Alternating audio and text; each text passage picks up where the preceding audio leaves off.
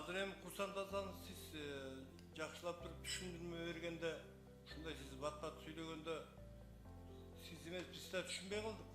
Аркаңыздан гайы кубалап келаткандай жасадыңыз да. Анан эми 5 кодекс, 2 мыйзам чынын айтканда мурун чийкирээк болуп келген.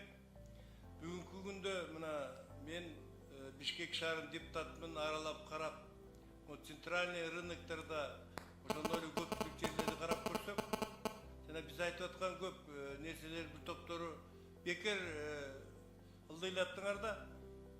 Кадимкидей түкүргөн киши жок, сигарет тарткан киши жок, ордуна барып калыптыр да бардыгы. Бул жасаса болот турбайбы мунчу?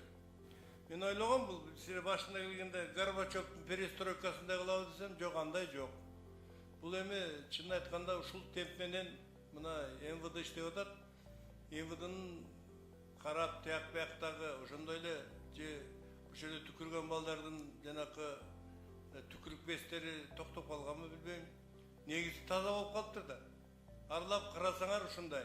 Мен айтат элем, бир да шаг назадка кетпеш керек. Реформа деген ал бир күндүк, бир жылдык эмес. Ушунун баардыгын карап туруп иштеш керек. Бүт министерстволор ушуну тыканчылык менен караш керек. Урматтуу Жеңиш Барпиевич, ушул маселени токотерден коюп, мыйзамдарды тууралап, дагы жанакы телевидение аркылуу кассеталарды аябай көбүрөөк пускать этиш керек.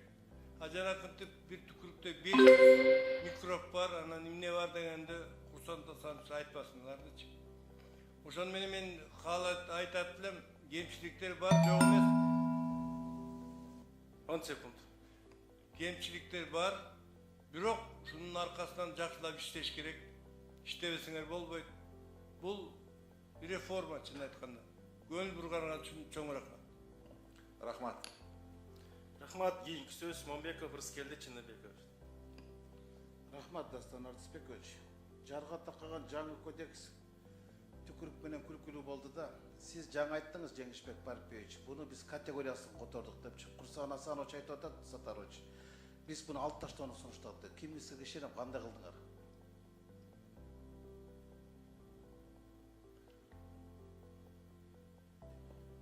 Негизинен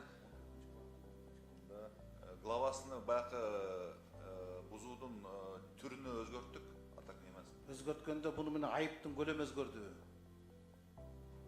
Эми ошол биз алып барган главадагы айыппул ошол немеде? Ошол боюнча калды. Жо эл билиш керек да, так айтпайсыңар. Түкүрүктү алып салдык, же болбосо мурдагы айыптын көлөмүн алып салдык деп. Рурсат берсеңиз. Урматтуу депутаттар, биринчиден эч ким артка кайткан жок. Бул элдин үнүн да угуш керек. Ана мыйзам бул аткарылыш керек кабыл алынгандан кийин. Ошондуктан биз карап туруп, бүгүнкү күнү биз өзгөртүүгө барып жатабыз. Бул мыйзам иштөө үчүн бирөөгө 1000 сом көп, экинчисинде акча эмес, кээ бир үй-бүлөлөр үчүн 1000 сом өтө көп акча. Ошондуктан сиз айткандай, Рыскелди Чыныбекович, биринчи категорияга түшүрдүк. Бул 1000 сом айып бул салынат. Ал эми мурун болсо 71 беренеде биринчи киргенде түкүрүү деп кирген. Ал түкүрүү 3 категорияда 5500 сом болгон. Ошондуктан эмне үчүн биз главасын өткөзүп жатабыз, урматтуу депутаттар? Негизги главасын өзгөртүүнүн себеби бул азыркы 11 глава саламаттыкты сактоо жана эмгек чөйрөсүндөгү башкаруу тартибине каршы бузуулар дейт. Ушуга төп келе турган экен да, баягы сигарет тартуудагы ушул статьяда. Ошондуктан ушул 53 беренеге биз киргизип жатабыз. Анан түкүрүү деген башка бир да мамлекетте андай жок экен. Болгону бул Англиянын бир шаарында, Россиянын бир эле шаарында, анан Пекинге кирген. Калган мамлекеттерде баардыгы бул майда бейбаштыкка кирет. Биз анан комитет менен бирдикте жогоруда айткандай, тыюу салынган жерлерде тамеки чегүү, коомдук жайларда жүрүм-турумдун жалпы кабыл алынган ченемдерин бузууга кирет. Анан кашанын ичине түкүрүү, чимкирүү, чемишке чагуу жана башкалар деп. Биринчи категорияда айып пул салынат деп жаздым. Рыскелди Чыныбекович. Негизи ошол мурдагы беренеде турганы мына таштандыларды белгиленген эмес жерлерде таштап күйдүрүү деген статьянын ичинде болгон да бул. Бул негизи түкүрүк менен ошол айтылган бузуу такыр бири менен мындай тең шайкеш келбеген.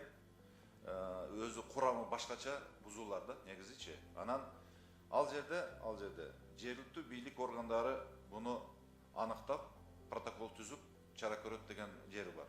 Эми өзүбүз мана баарыбыз эле билебиз, мисалы үчүн ошол таштандыларды туура эмес жерлерде ыргытып күйгүзүү ушу жергиликтүү бийлик тейлеп протокол түзалса, түкүрүк жөнүндө бул түзалбайт. Бул жерде дагы ошол азыр барган главада бул жерде ички иштер министрлиги тейлейт.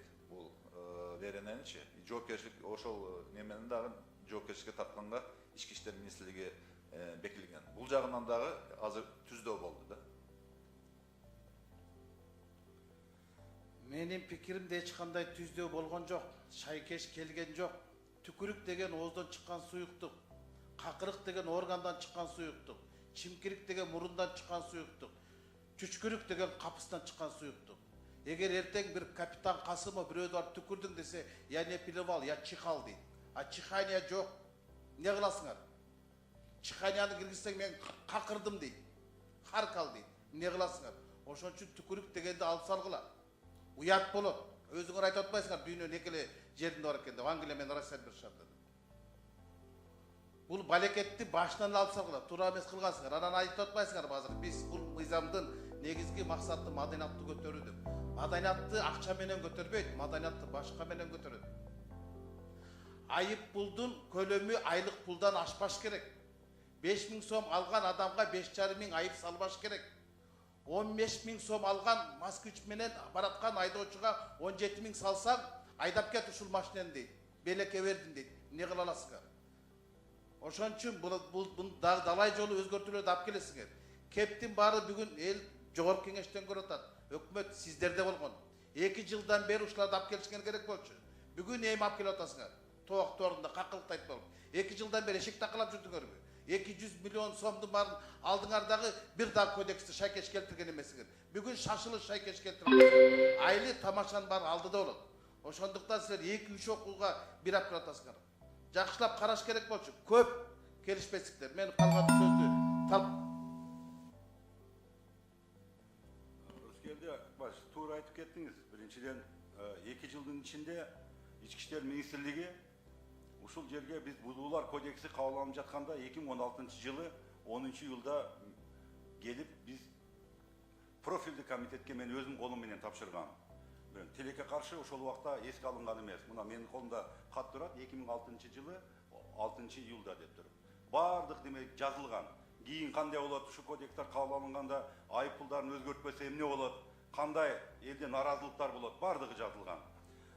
Анан экинчиси, биз урматтуу депутаттар карап чыкканда биздин ушу маданияттыкка чакыруу, ошондой маданияттуулугубузду көргөзүү максатында башка элден келгенге таза шаарларды, таза жерлерди көргөзүү максатында изилдеп эмес, жөн эле караганда күндө эмне менен булгайт? Чем шаарларыбызды, парктарды бул семичке чагуу, анан түкүрүү, сиз айткан туура айттыңыз. Баягы какыруу, чимкирүүдө бардыгы камтылган, бирок скобканын ичине жазып атпайбыз, кашаанын ичинде. Ошондуктан биз айтып атабыз, бул тууру көрүнүш деп. Айып пулу боюнча сиз айткандай эле биз дагы макулдашып 8 категориянын урматтуу эң мырза депутат, эң аз биринчи категорияга чүрдүк. О кодексте бар. Ошондуктан мен ойлойм бул тууру деп эсептейм. 10 секунд бергиле. Туура, Курсан Сатарович, бунун башын балекеттин бара баштаган авторлор, ошо жана бир дагы милицияда тергөөдө иштеген эксперттер кылган. Автору ошолор. Ону биздики аткаруучу силер болот атпайсыңарбы? Ошол башкаруучулардын кемтиктерин баарын келтиргиле деп атам шайкеш. Ооба. Келтирет, рахмат.